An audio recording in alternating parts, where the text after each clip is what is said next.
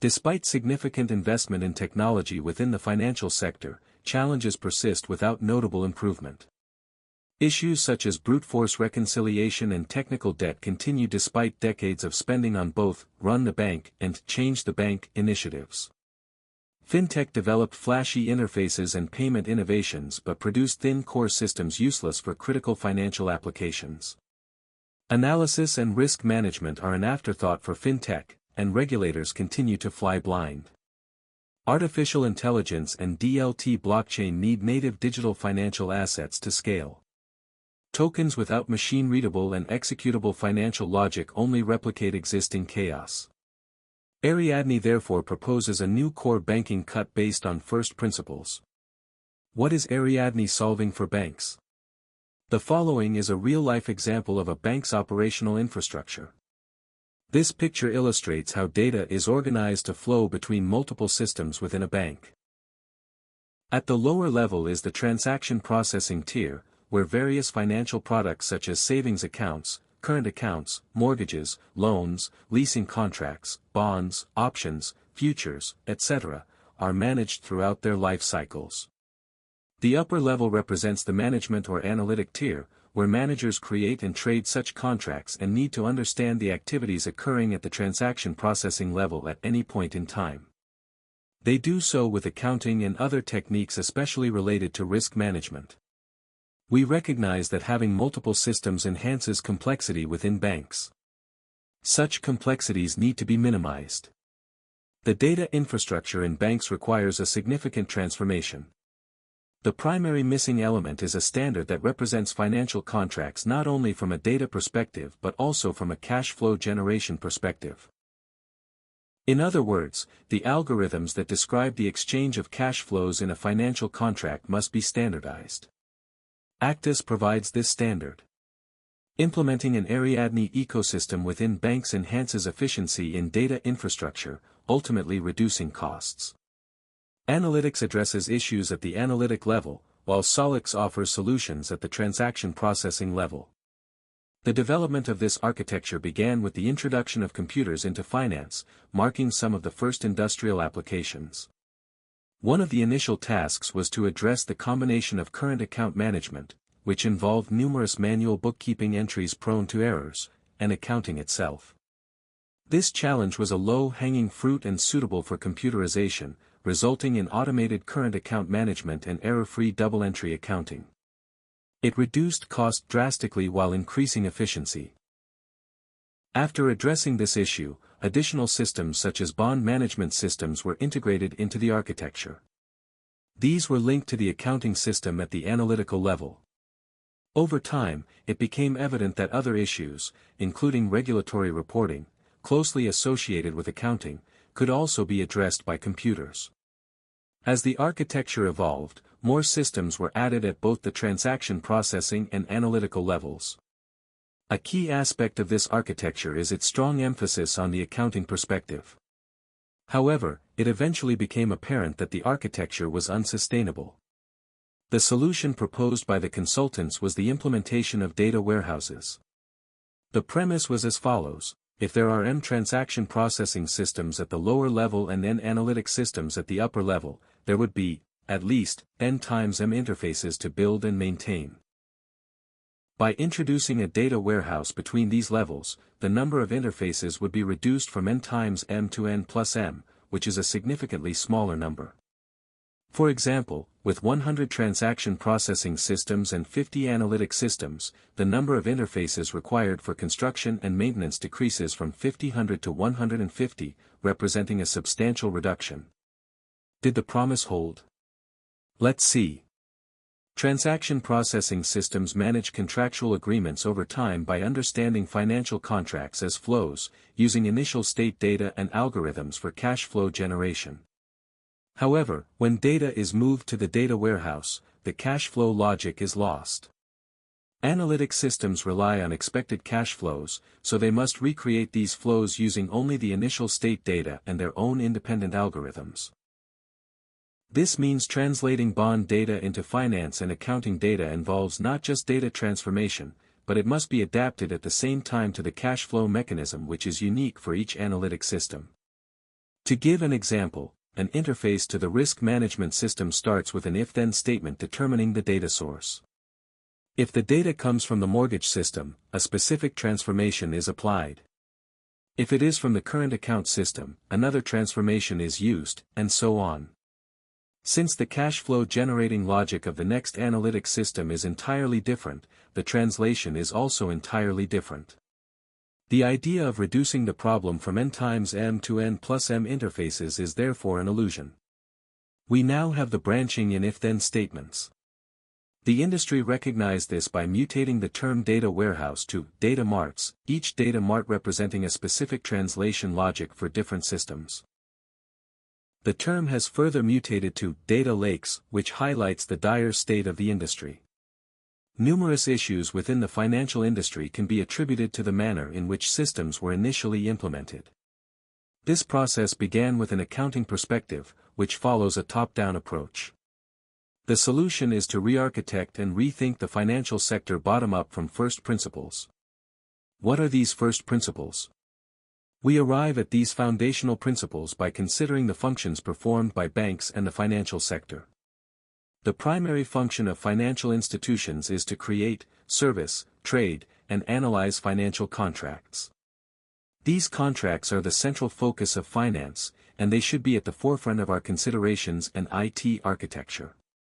To understand finance, it is essential to understand financial contracts. What then are financial contracts? To understand the digital nature of financial contracts, we must think first about the crucial features of financial contracts. Generally, in business we exchange goods or services against money. What do we exchange in financial contracts? At initiation we give or get money. What do we get in return? Money again. Therefore, financial contracts define an exchange of payments or cash flows over time. Cash flows are units of account which can be represented by pure numbers. What we exchange are numbers. The rules which define the sequence of payments can be represented by well-defined algorithms. Algorithms are best understood as recipes similar to cake making. The instructions, however, are purely mathematical, such as add this, multiply here, and so on.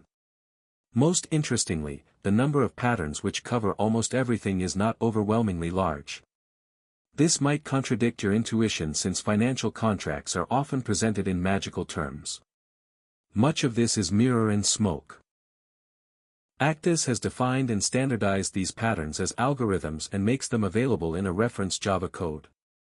ACTUS has defined and standardized these patterns as algorithms and makes them available in a reference Java code and understandable by all participants.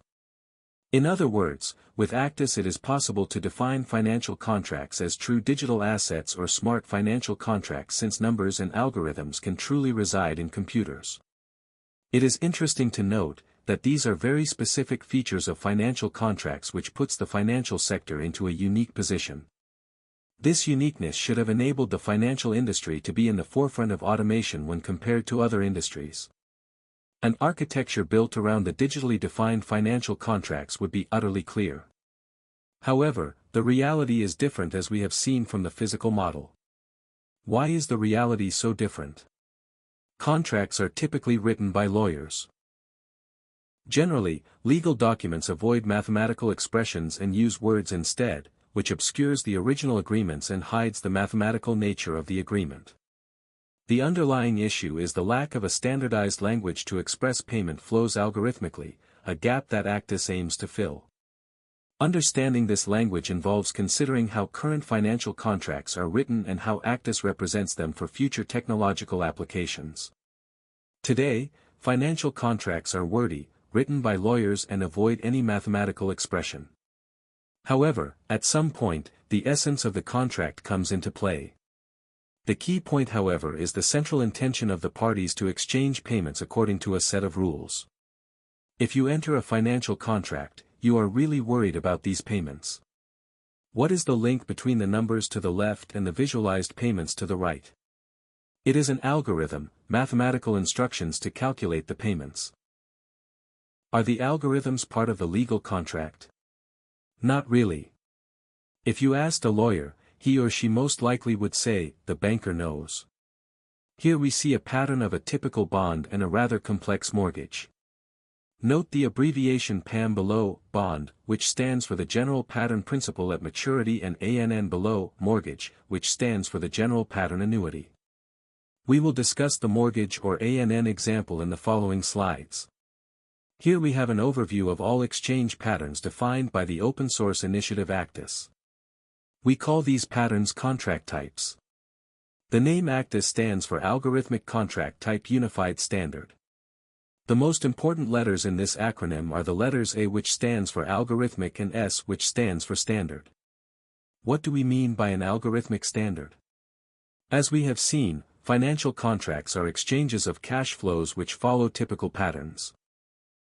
ACTUS has defined and standardized these patterns as algorithms and made them available in a reference Java code. In other words, ACTUS represents financial contracts as standardized true digital assets. True digital assets, since algorithms and numbers can truly, 100%, reside in computers. What we see here are the patterns of exchanges found in the world of finance, from simple savings to mortgages to swaps, options, CDOs, collaterals and guarantees, and so on. If you go to the website, you will find all explanations for each acronym when scrolling down.